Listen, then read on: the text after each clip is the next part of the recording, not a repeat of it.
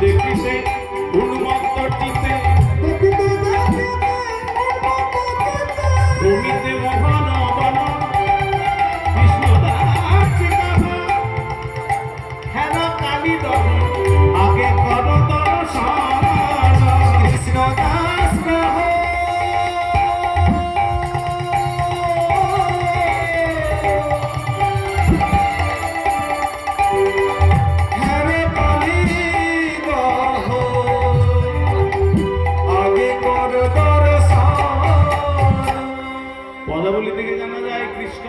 কহ হেন কালীদহ আগে কর দর্শন। অর্থাৎ কালা কৃষ্ণদাস মহাপ্রভুকে 84 ক্রোশ ব্যাপী বৃন্দাবন পরিক্রমা করাতে গিয়ে প্রথমে কোথায় নিয়ে গেলেন? কালীদহে। ওই যে পদকর্তা পদাবলিতে লিখেছেন কৃষ্ণদাস কহ হেন কালীদহ আগে কর দর্শন, আগে কালীদহ দর্শন কর। মহাপ্রভু এবার কালীদহের তীরে কালীদহকে নিরীক্ষণ করছে। আহা, এই সেই কালীদহ, এই তো কদম তরুর পরে চড়িয়া দিলেন ছা, এই তো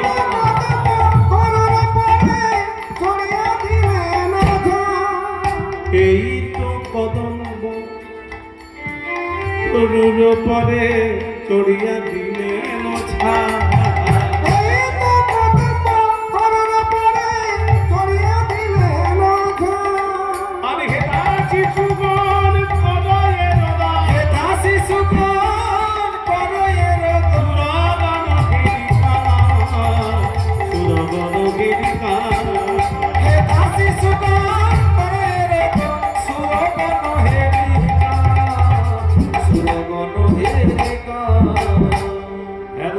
ভক্তমন্ডলী মায়েরা, কথা প্রসঙ্গে জানা যায় কালীদহ মানে সেখানে কালীনাগ বাস করত বলে কালীদহ কালীদহ নাম হয়েছে। কিন্তু এটা জানতে ইচ্ছে করে না, কালীনাগ যখন সেই দয়ে আসেনি তখন এখানে কি ছিল? কালীনাগ কোথায় ছিল, কোথা থেকে এখানে এলো জানতে ইচ্ছে করে না?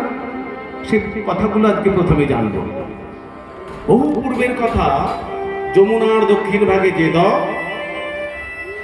যখন কালীনাগ সেখানে আসেনি তখনকার কথা বলি। যমুনার দক্ষিণ ভাগে যে সেই দয়ে সৌভূতি মুনি নামে একজন মুনি জলের তলায় ধ্যান করছেন। কত রকম ভক্ত কত রকমের মাধ্যমে ভগবানকে পান। কেউ পাহাড়ে বসে ডাকছে, কেউ জঙ্গলে বসে ডাকছে, কেউ না খেয়ে উপোস করে অনাহারে, কেউ বা নগ্ন হয়ে, কেউ বা আগুন প্রজ্বলিত করে, কেউ বা মাথা নত করে, কেউ বা একটা পায়ে, কেউ বা এক হাতে হাত উপরে করে। এই মহাকুণ্ড গিয়ে দেখে এলাম কত রকমের ভক্তরা কত রকম ভাবে সাধন ভজন করছেন। তার সৌভূতি মুনি ওই যমুনার দক্ষিণ ভাগের যে সেই দয়ের জলের তলায় ধ্যান করছেন। আর জলে তো মাছ থাকবে, তার সৌভূতি মুনি ওই মাছগুলোকে খাবার দেয়। যেহেতু সৌভূতি মুনি নিজে মাছ খায় না, তাই মাছগুলো একটা একটা করে বড় হচ্ছে, মাছগুলোর পরিবার বড় হচ্ছে। দেখতে দেখতে মাছগুলো যখন 20, 25, 40 কিলো পর্যন্ত হয়ে যাচ্ছে বড় বড়, সেই মাছগুলো যখন দয়ের জলে লাফাঝাপা করছে, সৌভূতি মুনির খুব আনন্দ হয়। এটা হয় না? আপনি নিজের হাতে একটা গাছ লাগালেন, সেই গাছটাকে জল দিলেন, সার দিলেন, আর সেই গাছে যখন ফলন ফলে আপনি তখন কত আনন্দ পান। ঠিক তেমনি সৌভূতি মুনি মাছের চাষ করেছে, যখন মাছগুলোকে খাবার দেয়, ভালোবাসে, সেই মাছগুলো যখন বড় হয়ে লাফাঝাপা করছে, সৌভূতি মুনির খুব আনন্দ হচ্ছে। কিন্তু একদিন সৌভূতি মুনি হঠাৎ ঘুম থেকে উঠে দেখছে দয়ের মাছগুলো আর লাফাঝাপা করছে না। কেন? বড় বড় মাছগুলো লাফাঝাপা করছিল, আজ আর দয়ের মাছগুলো লাফাঝাপা করছে না কেন? মাছগুলো আবার মরে গেল।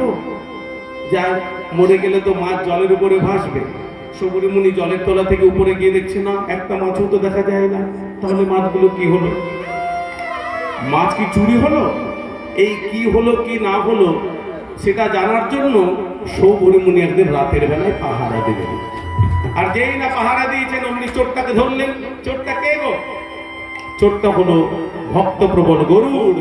গরুড় মাছ খায়, সাপ খায়, তাই না? তা ওই বড় বড় মাছগুলো লাফাচাপা করে, আর রাতের বেলায় গরুর একটা একটা করে মাছ ধরে আর খায়, ধরে আর খায়। এমনি করতে করতে মাছগুলো একবারে লুপ্ত হয়ে যাচ্ছে। আজকে সেই চোখটাকে ধরে সৌবরী মুনি বলছে, গরুর, আমি জানি তোমার এটা খাদ্যবস্তু, অন্য কথা দিয়ে খাও, আমি তোমাকে মানা করবো না, কিন্তু আমার পোষ মানানো মাছগুলো তুমি খেলে, আজকে তোমাকে আমি ছাড়ছি না। এবার গরু বললেন, মুনিভর, আজকের মতো আপনি আমাকে ছেড়ে দেন, আপনাকে কথা দিলাম জীবনে আপনার এই দয়ের মাছ আমি আর খাবো না, আজকের মতো আপনি আমাকে ছেড়ে দেন, আপনার চরণে ধরে আমি ক্ষমা চাইছি। দেখবেন মুনি ঋষিদের মনটা একটু নরম হয়। সৌবরী মুনি বললেন, এত করে যখন বলছে তাহলে বেশ আজকের মতো ছেড়ে দিই। দেখো গরুর, তুমি যখন এত করে বলছো ক্ষমা চাইলে, তখন তুমি আজকে মুক্তি পাবে, আমি তোমাকে ছেড়ে দিলাম, কিন্তু ভবিষ্যতে যেন আমার এই দয়ের মাছ তুমি খেতে আসবে না। ঠিক আছে মুনিগণ, আজকের মতো আপনি আমাকে ছেড়ে দেন, ভবিষ্যতে আপনার এই মাছগুলো আমি আর খেতে আসবো না। সৌবরী মুনি ছেড়ে দিলেন। গরুর চলে গেল, 20-25 দিন এলো না, কিন্তু ওই যে টাটকা টাটকা বড় বড় মাছ খেয়ে গরু এমন অভ্যস্ত করে ফেলেছে, 30-35 দিন পর গরুর আবার এসে মাছ ধরে খেয়েছে। এইবার সৌবরী মুনি রেগে গিয়ে বললেন, গরুর, তোমাকে এতবার মানা করা সত্ত্বেও তুমি আমার মাছ ধরে গেলে, তাই আমি তোমাকে আজকে ছাড়ছি না। আমি তোমাকে অভিশাপ দিলাম, আজ থেকে তুমি আমার এই দয়ের জল স্পর্শ করতে পারবে না, আমার দয়ের জল স্পর্শ করলেই তোমার মৃত্যু অনিবার্য। আজ থেকে তুমি রমণক দ্বীপে চলে যাও। সৌবরী মুনির অভিশাপে গরুর রমণক দ্বীপে উড়তে উড়তে চলে যাচ্ছে। আর সেই রমণক দ্বীপে 5টা রানী নিয়ে কালীনাগ বসবাস করছিল। এখন গরুর যেই রমণক দ্বীপে গেছে, কালীনাগের ভয় হয়েছে। এইবার ওই কালীনাগ ভাবছে আমার সংসারটাই যাবে, ওই গরুর এসে আমাকে কামড়াবে, আমাকে খাবে, আমার 5টা পত্নীকে খাবে, এবার আমি যাব কোথায়? ওই গরুরের ভয়ে ভীত হয়ে কালীনাগ 5টা রানী নিয়ে সারা রমণক দ্বীপ ছুটছে, কোথাও আশ্রয় পায় না। ওই গরুরের ভয়ে ভীত হয়ে কোথাও আর আশ্রয় নিতে পারছে না। সেই কালীনাগ চিন্তা করছে, কোথায় গিয়ে আমি শান্তিতে সংসার করব। জানতে পারলো যে গরুর যেখানে যেতে পারবে না, সেখানে আমি সুখে সংসার করতে পারবো। কোথায় যেতে পারবে না? সৌবরী মুনির অভিশাপ আছে, গরুর যমুনার দক্ষিণ ভাগে নাকি যেতে পারবে না। তাই বুদ্ধি করে 5টা রানীকে নিয়ে কালীনাগ সুরসুর করে যমুনার দক্ষিণ ভাগের দয়ে এসে বসবাস শুরু করলো। কিন্তু কালীনাগের এমন বিশেষ প্রতাপ, একটা মাছ বেঁচে রইল না। সৌবরী মুনি পর্যন্ত অতিষ্ঠ হয়ে অন্যত্র চলে গেলেন। আর এদিকে অহংকারে মত্ত কালীনাগ বসবাস শুরু করলেন সেই দয়ে। যখন থেকে সেই দয়ে বসবাস শুরু করলেন, তখন থেকে সেই দয়ের নাম হলো কালীর দহ, কালী দহ। গজপুরে কত দেখি উৎপাত, যতে খবরবাসী নন্দ যশোবতী কইয়া উন্নতি কাদয়ে হেথায় আসি। নন্দ যশোবতী হইয়া উন্নতি কাদয়ে হেথায় আসি। এই কথা চিন্তা করতে করতে মহাপ্রভু আমার কালীদহের জলে একটু একটু করে নামটা আরম্ভ করলেন। হাঁটু পর্যন্ত যখন জল হলো, তখন জিজ্ঞাসা করলেন, কালা কৃষ্ণ বলেন, প্রভু তুমি জানো তো এই দয়ে এই জলটাতে আগে বিশ্বে পরিপূর্ণ ছিল? বলে হ্যাঁ, এই জলটাতে আগে বিষ ছিল, এখন আর সেই জল নাই। জল পরিবর্তন করা হয়নি, তবু বিষ নাই। কোথায় গেল না? প্রাণ গোবিন্দ আমার কালীনাগকে যখন দমন করলেন, কালীনাগের মাথায় চেপে এক পায়ে নৃত্য করছেন, আর এক পা কি করলেন? ওই সমস্ত জলটা শোষণ করলেন, বিষটা শোষণ করলেন, জলটা থেকে গেল। তাই তখন থেকে নাম হলো গোবিন্দের পাদধর। ওরে আয় আয়, আমরা এই কালীদহের জল একটু পান করি। এমন জল আমাদের বাংলায় না। গোপ গোপী গণ কদয়ে নদন,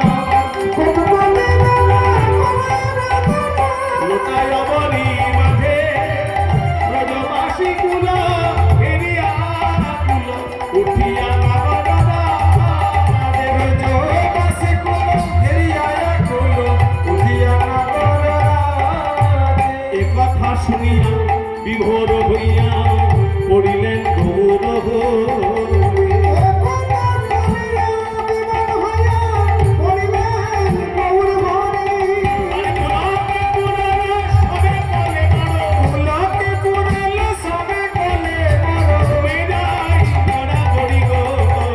ডুবে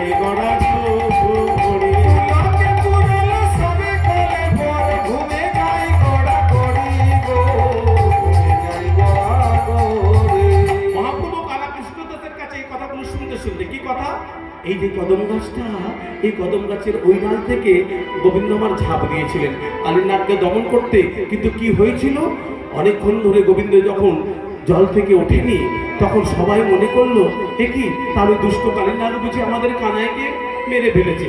কিছুক্ষণ পর কি হয়েছে, শ্রীরাম সুদাম দাম বসুদাম রক্ত দেখতে পেয়েছে।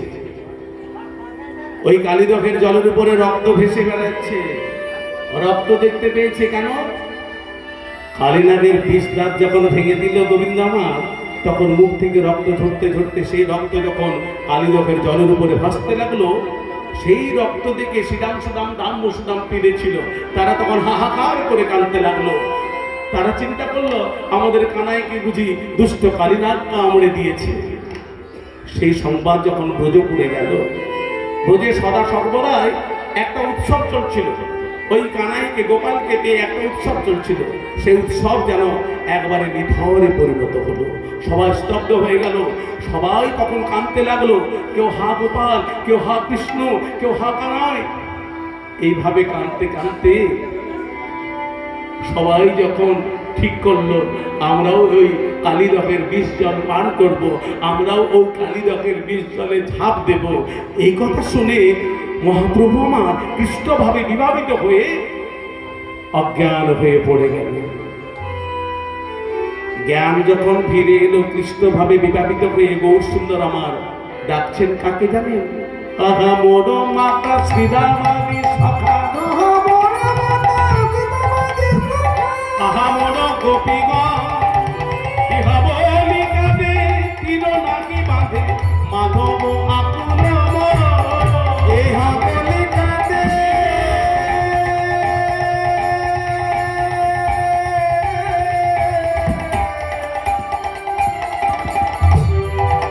স্থির নাহি বাঁধে মাধব আকুল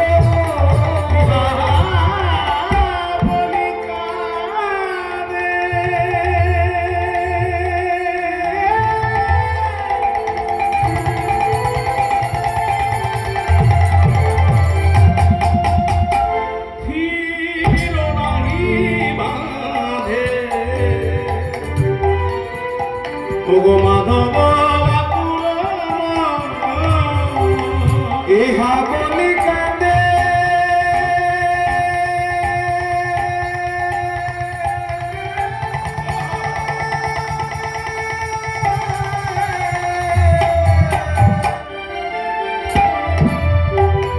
স্থির নাহি বাঁধে